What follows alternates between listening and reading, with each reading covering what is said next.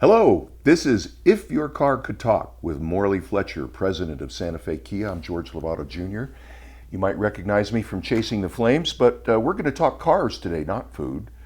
And we're going to talk specifically about leasing versus purchasing. And so, Morley, I'm going to lay out a few questions. We talked a little bit this morning on the way down here about leasing versus owning. When you're buried in your car, you don't have any equity in it, you're negative in it.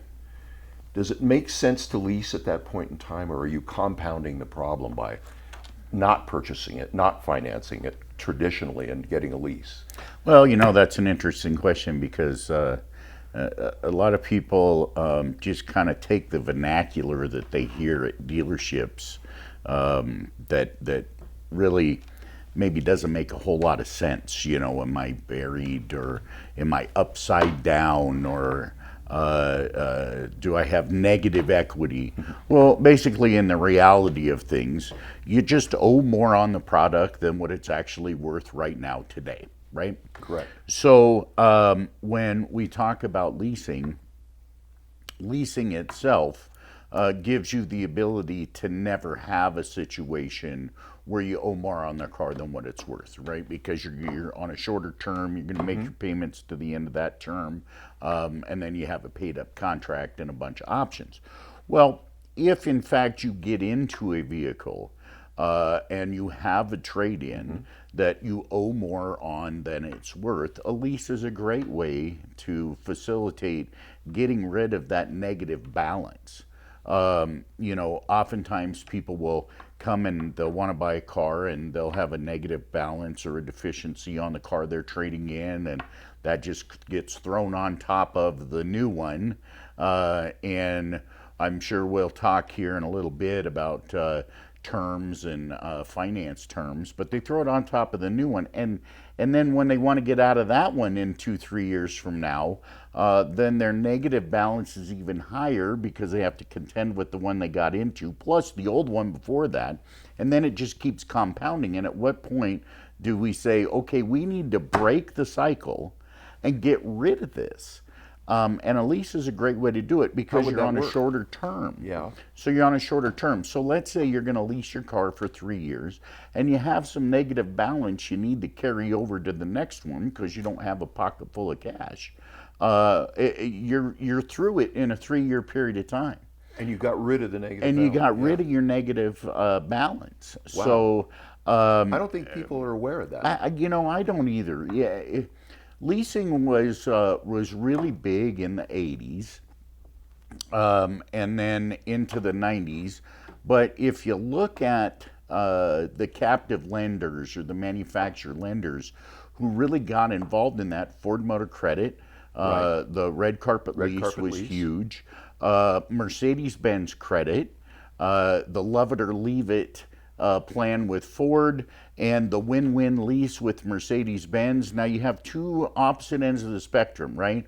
With Ford Motor Company and Mercedes-Benz North America. But leasing was really a viable option back then with the cars. And then as time went on, we got into 0% financing, and everybody wanted to finance their vehicles because they got 0%, didn't have to pay any interest. But they still were in a situation where even at 0%, after 2 or 3 years, They could be upside down. you can be upside down or owe more on your product than what it's actually worth. And then where are you at? You got 0%. What did that really do for you? Right. Let me ask this. We're talking leasing, but I think we need a little history lesson on the terms, the length of time that we experienced, and where we are now in terms of the number of years you can finance your car. Sure, it's funny because we're here now talking about leasing, and we've talked about a few other things in some other episodes. And you don't just get cars here. If your car could talk, you get a history lesson, and we don't charge any more money for that. No, it's value. So the history of auto financing back in the 50s, people would finance their vehicles for 18 to 24 months. And then they'd trade their vehicles at that point, at the end of 2 years, because Not owing any money. not owing any money, because they get that title in their hand from the lender Right. that says, okay, well, it's paid off, here's your title. So they take their title and they'd run down to the car dealership and they'd trade their car in because they didn't know more than what it was worth. However, when they did that, the dealership was not able to tell them what their car was worth. They'd have to send it to the used car manager and appraise the car. Okay, well, then we then get into the 60s and finance terms went to 36 months. And then in the 70s and early 80s, we got to 48 months. And then further into the 80s, we went to 60 months. And do you know now that people are financing their cars for 96 months? 96 months. People may not know exactly how long a period of time that is. That's 8 years. And So look, you're going to finance your car for 8 years, knowing that 2-3 years from now you want to trade it in and get something else. all right. So I'm a merchant banker. So let me ask this question and give me a little history background on it. So you finance a car for 8 years. Sure. And you say at year 5, you say, I can't stand driving it anymore. I need a new car. But you have essentially been making more interest payment than you have principal payment. Correct. So you're upside down, right? You would be upside down if you're trading it early. And that's due to the fact that you've accumulated so much interest during that period of time. Is the 96 months sort of an exit for an owner that says, well, I'm just buying the car for a payment, a monthly payment price, that he's looking for that? Or is it truly that it makes sense to him because he keeps his cars longer? If you have somebody like Sasha, your wife, that every 6 months she wants to trade different car. Yeah. That wouldn't work. No. Right. So No. my wife, who keeps a car until basically never has any miles, but she'll keep it 10 years, that would make probably sense if I wanted a monthly payment to go down that path. Correct. But if you're trading sooner, no way. No, it doesn't. It doesn't make any sense to do that. And you hit the nail on the head when you talk about monthly payment.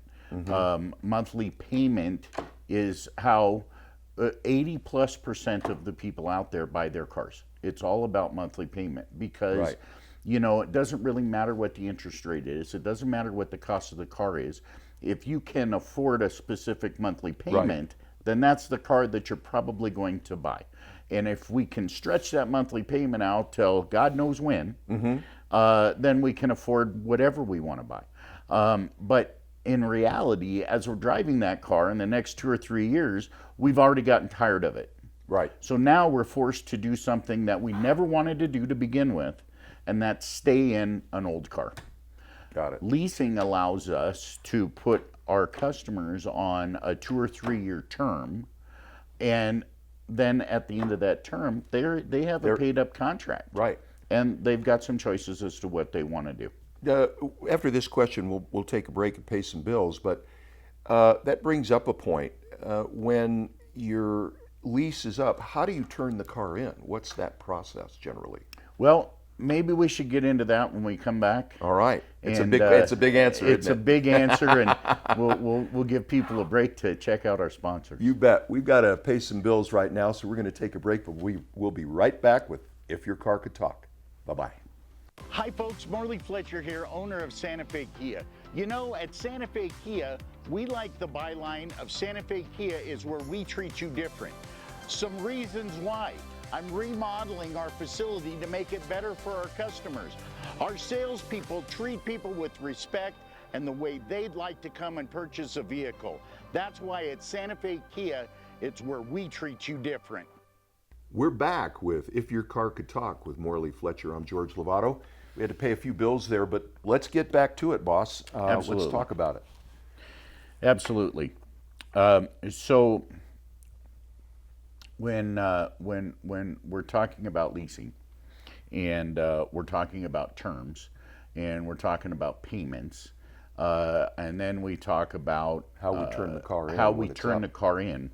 But it's a little more than that, because what a lot of people don't know is at the end of your lease, you truly have 3 great options. But let me digress for a second. How does a lease work? Well, let me tell you how a lease works. It's about the use of the asset. Yeah, but let's talk in terms that most people understand.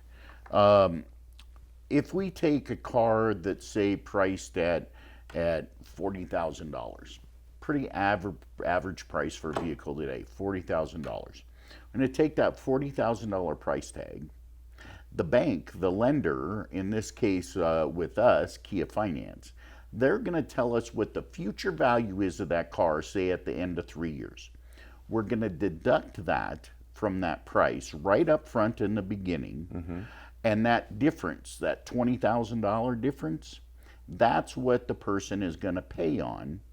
Plus, of course, the cost of funds and sales tax. Okay. So then that smaller amount is what the person pays on for that short period of time. So not paying for the whole car, they're only paying for the part of the car they're using over that 3-year period of time. Right. Plus taxes. So with that in mind, once they get to the end, they have a paid up contract. They've got 3 great choices. Number one, they can trade that vehicle back to the dealer, and anything over and above what that future value that the bank said is that person's, the customer's money. So let's say that market conditions change to the positive and our lease end value is $20,000, but the car's worth $25,000. Okay, well, that's your money as a consumer. You trade that vehicle in, you have true equity. Not this negative equity. So you thing. can actually build equity with a lease. Absolutely. Okay. Absolutely. Because we don't know what the future value of cars are. We don't have a crystal ball, you know, as for maybe some of our older viewers, Karnak Yeah, Karnak. doesn't know. So then let's say that the vehicle's value is less than what that future value is that the bank guaranteed us. So let's say it's less than $20,000. Not our problem. You just say, I'm out, and we will help you at the dealership facilitate grounding that car and giving it back to the lender. Right. But then your third option, let's say you just fell in love with it. You want to keep it forever. Great, you're going to pay that difference that you didn't pay up front, whether you finance that out or write a check for it, or we have many, many options to be able to do that. And then you can keep the car until the wheels fall off of it. But basically what it's done is it's given you 3 years to decide. It's like a 3-year test drive. You go to a car dealership today, how long is a test drive? 5 minutes, 10 minutes, maybe if you take an extended test drive, it's 20 minutes. You're gonna get 3 years to decide whether you want to keep that car forever or not. That's a great point. Yeah. And then you can also look at what are the market conditions. Information you is a beautiful in the last thing. show where market conditions go down. That's your risk because you financed it. That's right. With leasing, There's no risk. You have no risk of anything that goes on. You have no risk of anything that happens with the economy or with civil unrest, or it doesn't matter. It's not your problem. the market falls out on that particular model. Hey, you just Drop the done. keys, go to the next one. That's right. Right. Back in the, I was in the rental car business back in the 80s and part of the 90s. And we financed some of our cars, and the vast majority were leased throughout the system. And that's when leasing was a big deal in the 80s. It was all the tax laws were favorable, so on and so forth. In terms of, you talked a little bit about getting out of the car in that 3-year lease period time, removing that burden of not having the value and carrying over value or no value from something else that you've purchased. But how's leasing changed for the consumer in terms of the advantages for taxes today? Well, I'm not a CPA. No, nor we're not giving advice. But would I ever want to be a CPA. You made that decision in college early. Right? That's a different animal, those CPAs. However, I have some great friends that are CPAs, and that's all good for them. But, I look at what are, as a consumer, what would be my true tax advantages when I lease a car? Well, here's one big advantage you have. We pay sales tax as we spend money, right? If we go to Target and we buy a shirt and that shirt's $20 and we go to checkout, then the cashier's going to tell us how much sales tax is on that $20 we pay the total, right? So as we spend money, we're paying tax, right? We pay tax as we spend money. When we go to purchase a vehicle, whether we write a check or we finance that vehicle, we pay tax on that full purchase price of the vehicle. Full purchase price. Not knowing how long we're going to keep the it, car, right? We're going to pay tax on that full purchase price. When we lease a vehicle, we pay tax as we spend the money. Because we're not buying the whole vehicle up front and we're spending money on a monthly basis, we're only going to pay sales tax on our monthly payment. Yeah, right. So as we make those payments, there's a small amount of sales tax that's applied to that payment based on our tax rate of wherever we've registered the vehicle. And then we pay that whole total payment, including the tax, to the lender, and lender moves it on to the state of New Mexico or wherever we're at. So we're paying a fraction as opposed to if we bought it. Exactly, and we're only paying it as we spend the money. So we're deferring it monthly is what we're doing, rather than having to pay it all up front. Even in a 3-year lease, we're not paying that 3-year tax up front. We're paying it on our monthly payment as we go along. Now, the price of cars today, as we know, they're much more expensive than they were in the 90s and the early 2000s. And, you know, we were just talking about the value of a particular product, $125,000 to purchase one of these SUVs. The question I have is, does leasing still work with the bigger numbers? It works with any numbers. It works with any numbers. Because what are we doing? If we pay cash for a car, well, obviously, if we're going to pay $125,000 for a car, then we have expendable cash. But even with that, if we had expendable cash, why would we expend all that cash up front? You know, into a big depreciating asset. Yeah, in today's society, cash is king, right? Right. We never know. I mean, look at what happened with the price of eggs. And the toilet paper issue and the paper towels and, you know, all of a sudden something happens, right? Groceries go sky high. What do? Well, hopefully we've got a nest egg of cash sitting there that we can use to facilitate buying the staples so we can survive. But most people aren't like that. Even the people that can write a check for a car like that, cash is king to them. They'd rather have their cash working doing something else. So even in a situation where we're paying cash, we can do a prepaid lease. So we can write a check for half of the amount rather than the whole amount, and then decide at the end of 2 or 3 years if I want to keep it forever and then pay for that second half. So why spend all the money up front when we can decide later if we want to do that or not? Again, it's a 2 or 3 year test drive to decide if this is what we want to keep forever. That's a good way to explain it, a 2 or 3 year test drive to make the decision on the car. I like that. I don't think people think about owning a car for a period of time where they have these options, because you got through saying we can go 96 months now. Yeah.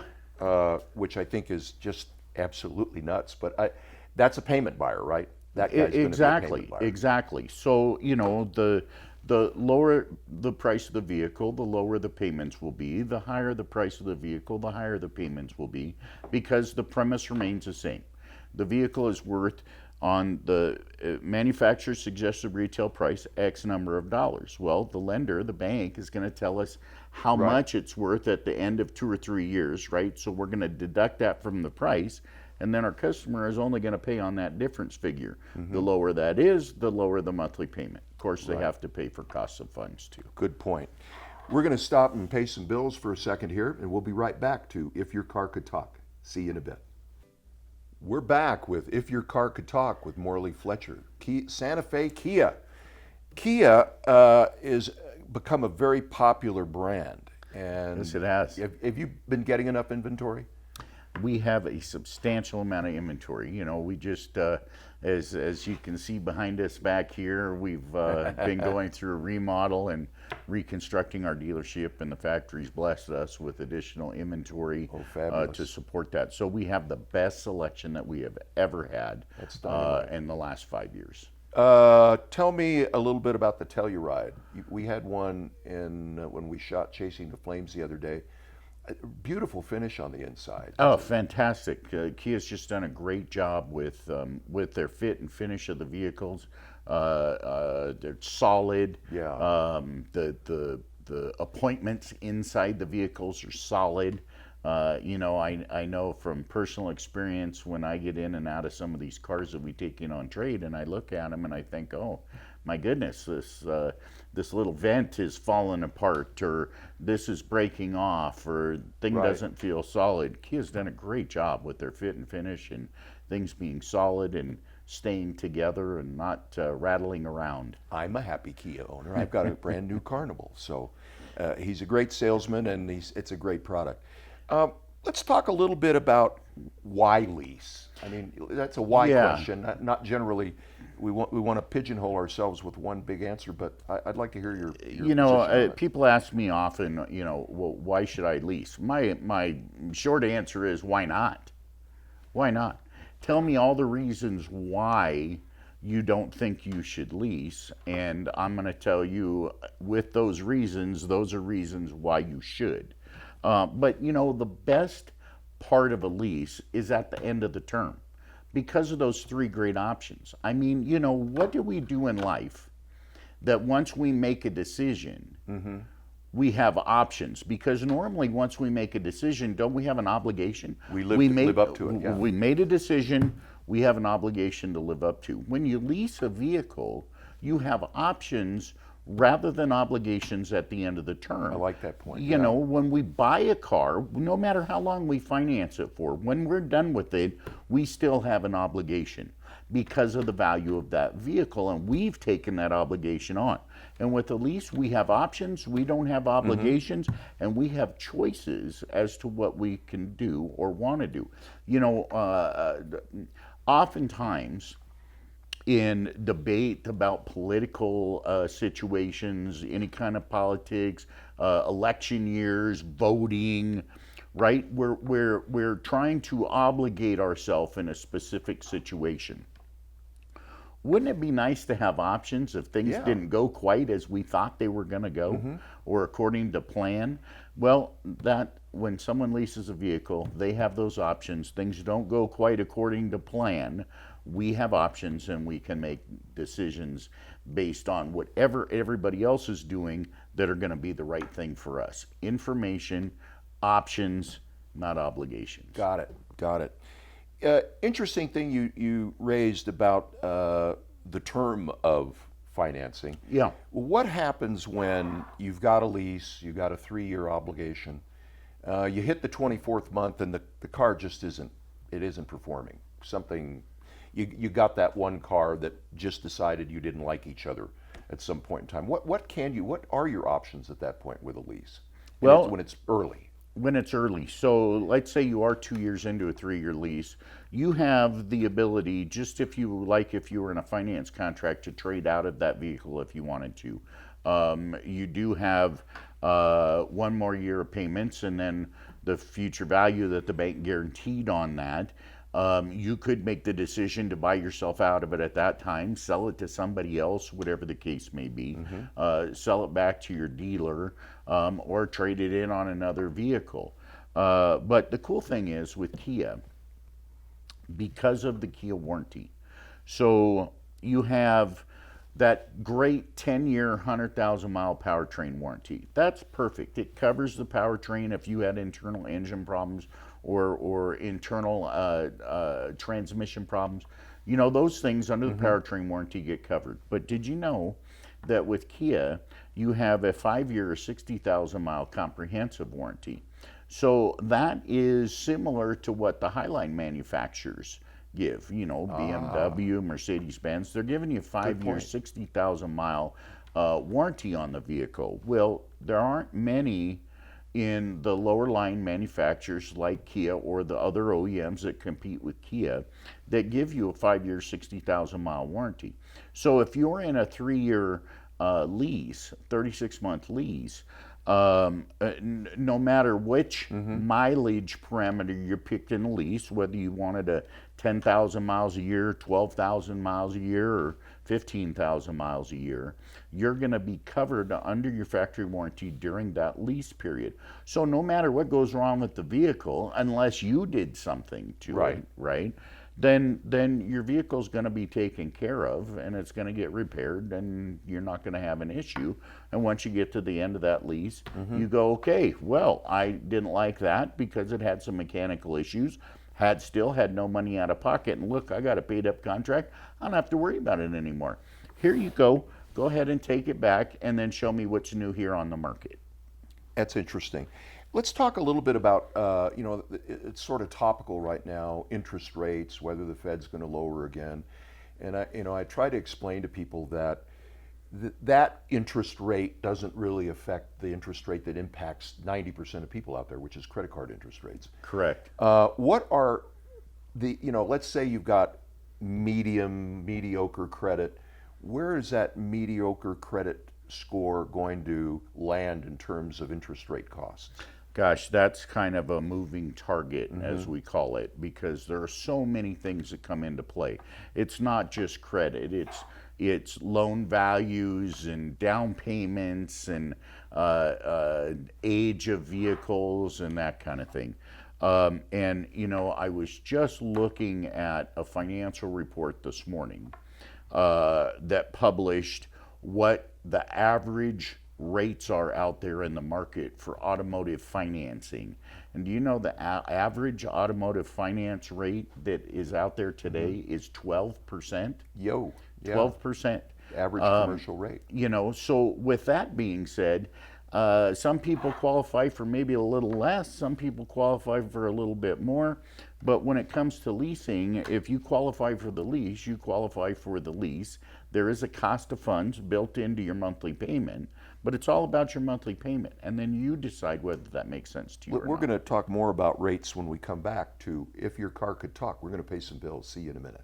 Hi folks, Morty Fletcher here, owner of Santa Fe Kia. At Santa Fe Kia, we like the byline of Santa Fe Kia is where we treat you different. Some reasons why. I'm remodeling our facility to make it better for our customers.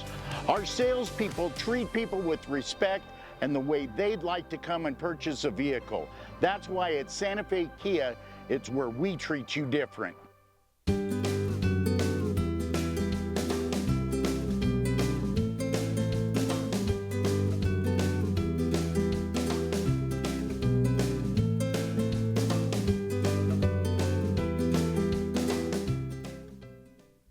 We're back for the wrap-up of If Your Car Could Talk with Morty Fletcher, Santa Fe Kia. We just started to talk about interest rates there, and you were saying that the average is around 12%. When the factory offers special financing programs, we see single digits. To get to that cost of money, what does it generally take? You've got to have stellar credit, though. Yeah. And most of the manufacturers say for very well qualified buyers, right, people with great credit, and there's criteria that needs to get met with credit and with loan values and the like. That's interesting. So there are a lot of things that come into play with that. Yeah, we're going to talk about cost of money in our next show. I think it's an important subject to cover right now, and what the options are that are out there for the average consumer. Yeah. I think there are a lot of them today. There are a ton of options. Yeah, we need to talk about that. Listen, thanks for joining us on If Your Car Could Talk. This is George Lovato Jr. signing off with my partner here, Morty Fletcher of Santa Fe Kia. See you again soon. Bye-bye.